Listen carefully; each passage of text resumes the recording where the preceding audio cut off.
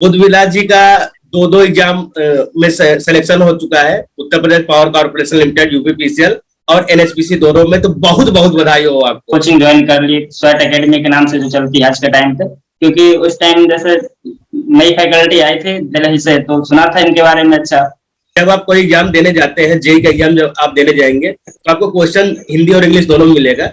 NFC में हुआ था, तो वहां पे मतलब हैदराबाद में जाना पड़ा था, इंटरव्यू था। एटलीस्ट वही लॉकडाउन की पढ़ाई का नतीजा था कि यूपीपीसीएल में फिर मेरा फाइनली सिलेक्शन हो गया।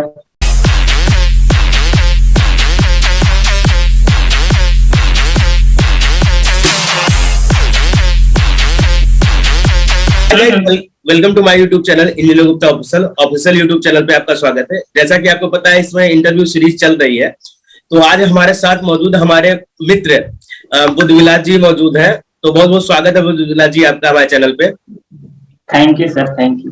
बुद्धविलास जी का दो एग्जाम में सिलेक्शन हो चुका है। Uttar Pradesh power corporation limited UPPCL और एनएचपीसी दोनों में, तो बहुत बहुत बधाई हो आपको दोनों एग्जाम के लिए। बहुत बहुत धन्यवाद सर।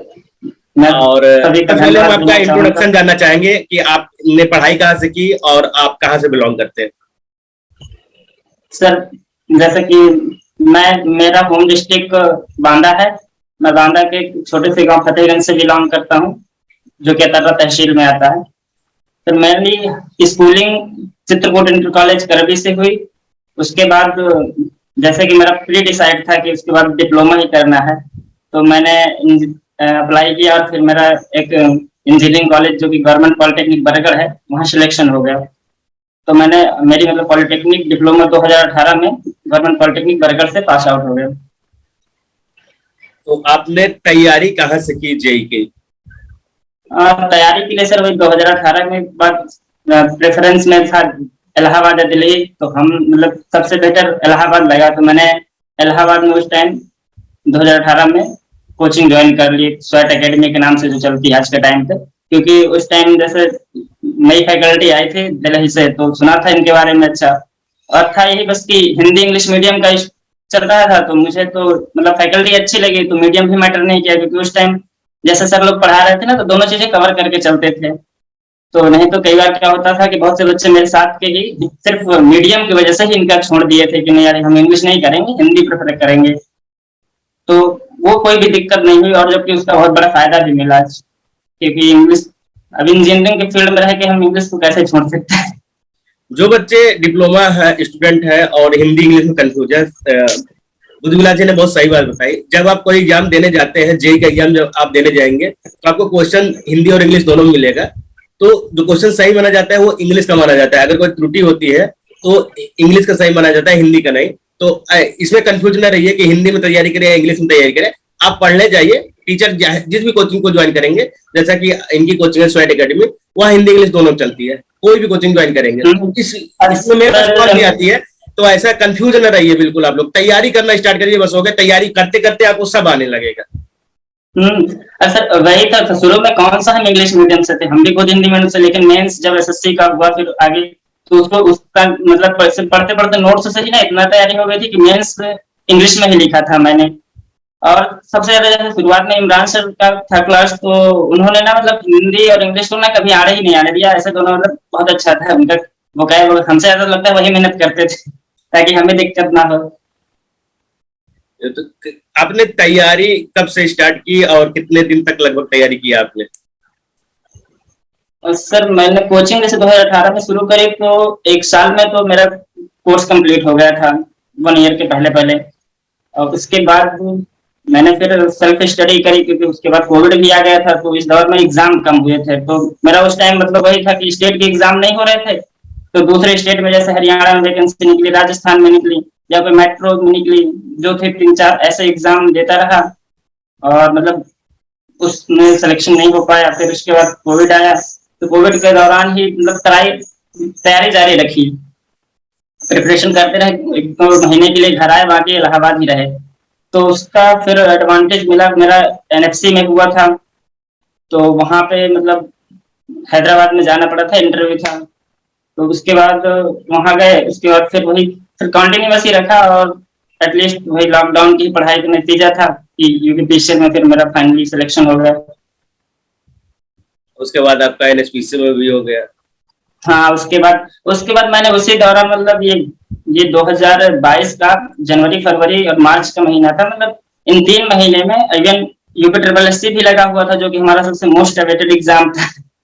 तो ये तीनों एग्जाम मतलब अच्छे से क्वालिफाई होते हैं।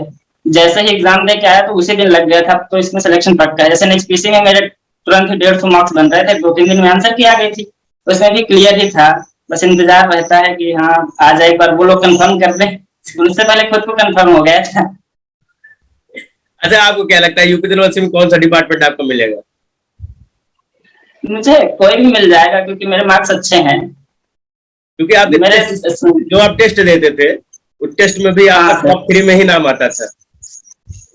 हाँ सर, मतलब एक वही है ना कि जैसे आप प्रिपरेशन कर रहे हैं, एक एक बार कोचिंग कंप्लीट कर ली, आपको नॉलेज हो गया कि बेसिक करना क्या है, कॉन्सेप्ट क्लियर है, उसके बाद आप ऑब्जेक्टिव लगाते हैं, आपको एनालाइज करना होता है। जैसे आप इलाहाबाद इस समय अगर डिप्लोमा लेवल के बच्चों को देखें तो बन चुका है, मतलब अगर आप इलाहाबाद में भी टॉप लेवल पे आ जाते हैं तो सिलेक्शन आपका श्योर है, इतना तो पता चल गया था मुझे। तो वही था कि अब जैसे टेस्ट होते थे चाहे जहां पे भी हो, तो मैं सोचता था कि टेस्ट तो अटेम्प्ट ही कर लूं, क्योंकि 30-40 रुपए जो भी लगता था दे के, और अच्छा लगता था मुझे, मैंने कभी मिस नहीं किया लगभग लगभग, चाहे जहां पे भी टेस्ट होते थे। तो उससे मुझे कॉन्फिडेंस भी आता मुझे है और पता पता है, चलता है कि लिस्ट जब लिस्ट में आपका नाम ऊपर रहता था, मेरा नीचे रहता था ना, इसलिए मुझे पता है। हाँ, तो उस लिस्ट में ना, इलाहाबाद वाली लिस्ट में अगर आप 50 तक भी रह रहे हैं तब भी आप सिलेक्शन के हकदार हैं। चलिए मतलब ठीक है। बड़ी बड़ी इसके वैकेंसी अलावा थी। आप तैयारी के लिए बच्चों को बताइए कि बच्चों की तैयारी किस प्रकार से करनी चाहिए, नोट्स कैसे बनाने चाहिए, शॉर्ट नोट्स कैसे बनानी चाहिए, वो चीजें हम जानना चाहेंगे। सर जैसे प्रिपरेशन क्या है, अगर मान लीजिए कोई सेल्फ करता है खुद से अपने से, तो अपना रीड करके अपनी खुद की नोट्स बना ले, या फिर मतलब जैसे अगर कोचिंग करते हैं तो कोशिश करिए कि कोचिंग के दौरान ही आप जैसे वो नोट्स रहते हो, जनरली कोचिंग वाले नोट्स बनवाते रहते हैं। जैसे मेरी कोचिंग में था कि कोचिंग के दौरान ही वो नोट्स बनाने का पूरा टाइम देते थे, पहले 1 घंटा समझाए, फिर 15-20 मिनट लिखने का दे दिया, ऐसा होता था। मतलब समझाते ज्यादा थे, लिखने का कम रहता था। तो उसके बाद जैसे प्रॉपर नोट्स बनती रहती थी, तो अब मैं करता क्या था कि जैसे अगले दिन जाने से पहले कल क्या पढ़ाया गया था उसे उस जाने से पहले ही 15-20 मिनट रिवाइज करके जाता था। तो सर खुद भी क्लास में करवाते थे, मैं करके जाता था, तो मतलब बस मुझे सुनना होता था। जैसे सुन सुन के ना, मतलब एक पूरा जैसे लिंक अप क्रिएट हो जाता था ना, जैसे लगता था कि हाँ हमें खुद भी पूरी पीछे की चीजें एक साथ कवर हो रही हैं, मतलब ऐसा नहीं था कि हम डिस्कनेक्ट हो रहे हैं चीजों से। तो इस तरह से कॉन्सेप्ट बिल्डअप हुआ, मतलब नोट्स तो मैंने वही बना लिया, और उसके बाद फिर मैं अपना जब रिवाइज करता था तो वही जल्दी हो जाता था। चलते रिवीजन भी साथ में चल रहा था, क्लासेस भी साथ में चल रही थी, आपकी दोनों चीजें एक साथ आप कर रहे थे। हाँ हाँ, मतलब वही क्लास का अच्छा, ऐसा सब मुझे लगता है करना चाहिए सबको, कि मतलब जो भी आप कल की क्लास में पढ़े हैं उसे अगले दिन जाने से पहले आप रिवाइज करके जाते हैं तो आपको एडवांटेज उसका ज्यादा मिलता है, क्योंकि आपको पता होता है कि क्योंकि उस समय सारी चीजें कनेक्ट हो जाती हैं। और मतलब कोई उस समय हमारे जैसे कुछ यहाँ पे वो लोग सर लोग अपना डीपीपी देते थे, तो उससे भी प्रैक्टिस कर ली तो ऑब्जेक्टिव भी क्लियर होता गया। हाँ, जो नहीं आया वो वहां जाके पूछ लिया कि जैसे कुछ ऐसा क्वेश्चन है जो हमारे उस कॉन्सेप्ट के थ्रू हमारे नोट्स में नहीं मिल रहा है, उसे क्लियर कर लिया सर लोग, फिर बता दिए। ये डीपीपी क्या होता है, मैं समझा नहीं उसको। ये डीपीपी मतलब वही सर डेली प्रैक्टिस पेपर के नाम से था एक्चुअली। वही उनका जो जैसे अच्छे क्वेश्चन होते हैं, तो सर लोग का पूरा जैसे उनका टीम है तो अपना वो सेलेक्ट करके हमको, मतलब अगर 100 क्वेश्चन मिलेगी तो 100 क्वेश्चन अगर हम तैयार कर लें तो मतलब कई बार क्या होता है ना, जैसे छोटे ऐसे 1000 क्वेश्चन से अच्छे होते हैं, मतलब वो 100 क्वेश्चन आपने तैयार कर लिया, मतलब अच्छे क्वेश्चन रहते हैं, तो उससे ज्यादा एडवांटेज मिलता है। कम क्वेश्चन में आप अच्छे क्वेश्चन अगर पढ़ते हैं तो वही है कि सेलेक्टेड क्वेश्चन वो देते थे अपनी तरफ से हाँ डीपीपी तैयार करके। चलिए बढ़िया। इसके अलावा आपका जब जब आप क्लास कर रहे थे, जब आप कोचिंग क्लास कर रहे थे, उस समय आपका डेली शेड्यूल क्या था? किस प्रकार की आप पढ़ाई करते थे? डेली बेसिस पे आपका डेली रूटीन क्या था आपका? सर क्लास के दौरान तो जैसे हमारा मान लीजिए मैंने मॉर्निंग वाला बैच था मेरा, तो मॉर्निंग में था तो वही था सुबह 5 o'clock को उठना था, 6 बजे अपना तैयार व्यार होके थोड़ा सुबह प्रैक्टिस करते, फिर चले जाते थे कोचिंग 7 बजे। तो ये जो मैंने बताया 1 घंटा रिवाइज कर लेते, उसके बाद कोचिंग जाते। कोचिंग उस टाइम में हमारा मान लीजिए कभी कभी 1 बजे से पहले तो कभी नहीं छूटी, 1 या 2 पे आए, फिर खाना वाना खाया और फिर मतलब रेस्ट करते थे। उसके बाद फिर शाम का टाइम जो था 3 से 4 घंटे शाम के टाइम में पढ़ा अपना जो फिर पढ़ना है, और उसके बाद रात को 2 घंटे। कोचिंग के टाइम में फिर ज्यादा पढ़ाई नहीं हो पाती थी, क्योंकि कोचिंग में इतनी क्लासेस लंबी लंबी चल जाती हैं, थक जाना होता था। तो उस दौरान अगर मतलब इतना ही सफिशियंट हो जाता था, लगता था। चलिए ठीक, अगर आप उसके बाद इसके अलावा जब आप प्रैक्टिस करते थे तो कौन कौन सी ऑब्जेक्टिव बुक आपने यूज किया था? प्रैक्टिस तो मेरी सबसे पहले मतलब जो फर्स्ट बुक से की मैंने, तो एसएससी का जो प्रीवियस ईयर था आईएएस मास्टर का, मैंने उसे फॉलो किया था। वो एसएससी के दौरान ही फॉलो कर दी थी, तो वो एसएससी के लिए बहुत हेल्पफुल रहा। मतलब उससे उसको पूरा 2 बार लगाने से इससे मैं तो आराम से प्री निकलने लगा था वो, क्योंकि क्या था, अब उसके साथ साथ डिस्क्रिप्शन उसका अच्छा था।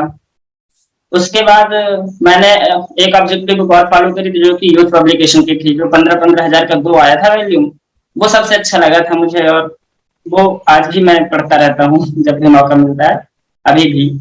क्योंकि उसमें क्या है ना सर, वो पूरा प्रीवियस ईयर और डिफरेंट डिफरेंट एग्जाम के हैं। जैसे आईएएस मास्टर का क्या सीन था, एसएससी के ही रखे हैं, ये भी बेटर थे। लेकिन जैसे भी मान लीजिए छोटे क्वेश्चन आ जा रहे थे और एग्जाम के, वो भी पुट अप हो जाते हैं, हम जो नेक्स्ट अगला एग्जाम में देता था। तो मुझे लगा कि उस समय ये मार्केट में थे, तो ये सबसे बढ़िया लगी। मैंने तो ऑब्जेक्टिव में 2 ही बुक फॉलो करी मेनली।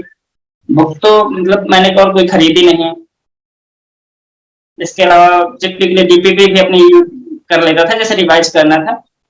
और ऑब्जेक्टिव में मैंने कोई बुक नहीं पढ़ी। हाँ, गुप्ता भी रखी थी, थोड़ा बहुत उसे देख लिया, लेकिन पढ़ नहीं पाया सर उसे। ठीक है, तैयारी यही के लिए एक फैमिली बैकग्राउंड एक रोल अच्छा आता है। तो आपका फैमिली बैकग्राउंड कैसा था, किस प्रकार का था, और सपोर्ट कितना मिला आपको फैमिली से? सर फैमिली बैकग्राउंड बात करें तो मेरे जो पिताजी हैं वो किसान हैं, और हमारी मतलब जॉइंट फैमिली थी। मतलब मेरे पापा थे और डैडी थे, वो अंकल थे। तो क्या था, फैमिली का पूरा सपोर्ट रहा मुझे। कभी भी कोई घर का इशू नहीं, मतलब कुछ भी हो उधर प्रॉब्लम, मुझे नहीं पता चलने दिया। इवन मतलब यही था ना कि हम लोग ना बस कनेक्टेड थे पैसे के लिए। हाँ, जब पैसे चाहिए बता दो। पढ़ाई पे पूरी फोकस रहे, बस हो गया है, घर का मैटर यहाँ ना हाँ आ सर। जाए। हाँ तो सर, अच्छा रिएक्शन क्या जैसे था, कहते फर्स्ट हैं। रिएक्शन क्या था आपके फैमिली में जब आप पता चला कि आपका सिलेक्शन यूपीपीसीएल में होगा या एनएसपीसी में होगा? तो वो रिएक्शन किसका था, आप पहला, और क्या था? हाँ सर, सबसे पहले ऐसे मैंने ना, मेरी दादी हैं, उन्हें बताया था, वो बहुत खुश हुई थी। मतलब एकदम वही था, सब घर में सब बहुत खुश थे कि हाँ मतलब इतना जल्दी जल्दी क्या, कैसे जैसे बहुत देर से इंतजार कर रहे थे कि हाँ हो गया फाइनल। उन्हें तो यकीन ही नहीं पहले हो रहा था कि अभी तक तो तुमने बताया भी नहीं था कोई रिजल्ट रिजल्ट आने वाला है। मैंने कहा हाँ। तो सर थोड़ा सा वो भी था कि मतलब मेरे अंकल थे, उन्होंने बहुत हेल्प करी थी पढ़ाने में हमारी। तो वो कोविड के टाइम में ना थोड़ा ब्रेन हेमरेज की वजह से एक्सपायर हो गए थे। तो कहीं ना कहीं वो भी सीन था कि जैसे खुशी तो थी ही, लेकिन थोड़ा सा वो भी था कि अगर आज वो होते तो फिर शायद ज्यादा। हाँ, तो सर मुझे भी कहीं ना कहीं लगता है उनका अहम रोल था। मतलब फुल सपोर्ट रहता था उनका। एक बार जब भी होता था तो कभी ये नहीं कहते, जैसे जॉइंट फैमिली थी तो कोई भी दिक्कत नहीं आने देंगे, चाहे जो हो, पैसे की तरफ से या जो भी है। अब थोड़ा हम अपनी बात कर लेते हैं। आप इंजीनियर गुप्ता को कब से जानते हैं या कब से वीडियोस देख रहे हैं? अरे सर, वीडियोस तो देख रहे हैं 2018 से ही, जब का रेहान रजा का सिलेक्शन हुआ। और जानने का है कि जैसे आपको के जो मतलब फैन ही हैं संदीप अहिरवार जी, उनके थ्रू आपसे मुलाकात भी हुई, और उन्होंने आप काफी बातें बताई। तो बाकी तो आपको पहले से वीडियोस तो आपके देख रहे हैं 2018 से। जब रेहान रजा सर का पहला वीडियो आया था तभी से वीडियो कंटिन्यू थे, लेकिन जैसे मुलाकात का तो रहा है तो वो इनके थ्रू हुई। चलिए ठीक, ये बताइए कैसा महसूस हो रहा है आपको कि आपने वीडियो देखा था, आज आप खुद वीडियो में है, इंटरव्यू दे रहे हैं, तो कैसा महसूस हो रहा है? सर सच बताऊं तो मैंने सोचा नहीं था कि आपके साथ इंटरव्यू करने का मुझे मौका मिलेगा, लेकिन ये बहुत प्राउड फील कर रहा हूँ कि मेरा अच्छा लग रहा है सर। फाइनली यही टाइम होता है, सबको चाहता है कि मतलब पढ़ लिख के आज आपके साथ हैं सामने। कल तक दूसरों का देखते थे, आज जब खुद के इंटरव्यू हो रहा है, अच्छा लग रहा है। तो कुछ बच्चे जो अभी डिप्लोमा कर रहे हैं या बीटेक कर रहे हैं, उनको क्या बताना चाहिए कि जेईई की तैयारी करते समय, मतलब जब आते हैं एडमिशन लेते हैं किसी कोचिंग में या पढ़ाई करने के लिए वो तैयारी करना स्टार्ट करते हैं, तो उन्हें क्या बेसिक स्टेप बताना चाहेंगे कि ये चीज वो करें? सर तैयारी में तो सबसे मेन है, मुझे जहाँ तक लगता है रेगुलरिटी बहुत जरूरी है। आप जब भी तैयारी प्रिपरेशन स्टार्ट करें ना, उसके बाद आप रेगुलर हो जाइए। आप 1 साल के लिए, 1.5 साल के लिए आप ना प्रॉपर जो भी है इधर उधर रिश्तेदार या फिर आपकी यार दोस्त, थोड़ा सा उनसे डिस्कनेक्ट टाइप हो जाता है। मेरा भी यही सीन था, मैं को मतलब नहीं रखता, क्योंकि आपको सिर्फ 1-1.5 साल देना होता है। उसके बाद आप सब, अगर आप इस टाइम में भी जब आप प्रिपरेशन करने आए हैं और सबको टाइम देंगे, तो फिर आप इधर नहीं टाइम दे पाएंगे पूरा। और तो अगर आप ऐसे करेंगे तो अच्छा रिजल्ट देंगे। और रहेगा बात यह है कि जैसे आप मतलब रिवाइज करिए चीजों को, अगर आपको लर्न करने में दिक्कत होगी, डाटा वाली चीजें आपको रिवाइज करके ही याद हो सकती हैं। और एक कॉन्सेप्ट की वजह से कोई मान लीजिए, मेरे कहते जैसे प्रैक्टिस कर रहे हैं, आप ऑब्जेक्टिव लगा रहे हैं, अब कोई टॉपिक के 4-5-10 क्वेश्चन है सेम तरीके के हैं और नहीं बन रहे, इसका मतलब कहीं ना कहीं वो आपका कॉन्सेप्ट वहां पे वीक हो रहा है। अगर डाटा वाला तो चलिए वो तो अलग चीज है, लेकिन एक टाइप के क्वेश्चन है नहीं बने तो उसको आपको ना क्लियर करना होगा कॉन्सेप्ट को ही, फिर आप ऑब्जेक्टिव लगाइए। और प्रैक्टिस से ही सब, मतलब आप बार बार रिवाइज करेंगे तो बेहतर रिजल्ट आता है, और उसका कोई तरीका नहीं होता। प्रैक्टिस में मेक्स मैन परफेक्ट। जब प्रैक्टिस ही परफेक्ट बना सकती है हमें। और यह है कि आप एक ही बुक को फॉलो करें प्रैक्टिस में भी। ऐसा नहीं है कि आपने इसको पढ़ लिया तो लोग को लगता है मैंने यार इसको, जैसे मेरा था कि यूथ खत्म कर ली, एक तो लोग को लगता है मैंने भी एक बार यूथ खत्म कर लिया, अब क्या पढ़े उसमें। लेकिन ऐसा नहीं है, खत्म करने का मतलब नहीं है कि आपने पढ़ लिया, आपने कितना उससे गेन किया, आपको कितना उससे आया। हाँ, आपको अगर पूरी याद हो गई है तब तो ठीक है, अदरवाइज चाहे खत्म। तो आप 2-3 बार उसी को पढ़ेंगे ना, तो कहीं ना कहीं और फिर तुरंत एग्जाम में भी ध्यान आ जाता है वो क्वेश्चन। अगर आप डिफरेंट डिफरेंट जगह से पढ़ेंगे तो शायद वो नहीं। इसी तरह मैं नोट्स का भी था, सेम नोट्स पढ़ी, और जैसा मैंने बताया ऑब्जेक्टिव में 2 ही बुक फॉलो करी, तो मेरा क्या था ना कि एग्जाम के दौरान वो क्वेश्चन रिमाइंड हो जाता था कि वो वहां पे था, ऐसा ही था मतलब। और ऑब्जेक्टिव ज्यादा पढ़ने से तो क्या है ना कि डायरेक्ट क्वेश्चन देखो, टिक करो, आंसर तक इवन याद होने लगते हैं जब आप बार बार पढ़ते हैं। और एक ही मतलब उसके लिए यही है कि आप एक ही जगह कंटेंट लीजिए, क्योंकि हर जगह वही चीजें हैं, अलग थोड़ी ना है कहीं कुछ। चलिए, बहुत अच्छा लगा आपके साथ इंटरव्यू करके। काफी अच्छा हमें भी लग रहा है कि आपके साथ भी रहे हैं और आपके साथ घूमे फिरे भी हैं। आज आपका इंटरव्यू ले रहे हैं तो हमें भी काफी अच्छा लग रहा है। तो आज के लिए हम इतना ही रखते हैं। जल्द ही हम आपसे नेक्स्ट वीडियो में मुलाकात करेंगे, जिसमें स्टूडेंट भी रहेंगे हमारे साथ साथ, जो आपसे क्वेरी कर सकते हैं डायरेक्ट। तो थैंक यू बुद्धिराज जी, हमारे साथ इंटरव्यू करने के लिए, बच्चों को गाइडेंस देने के लिए। Thank you. थैंक यू सभी सारे टीचर्स का, माता पिता का, सबको धन्यवाद देना चाहूंगा फाइनली कि आज उन्हीं की बदौलत हम यहाँ पे हैं। अगर उन सबका सपोर्ट ना होता शायद अकेले ये मुकाम हासिल नहीं हो सकता था। तो इसके लिए सबका बहुत बहुत धन्यवाद। आपको भी धन्यवाद।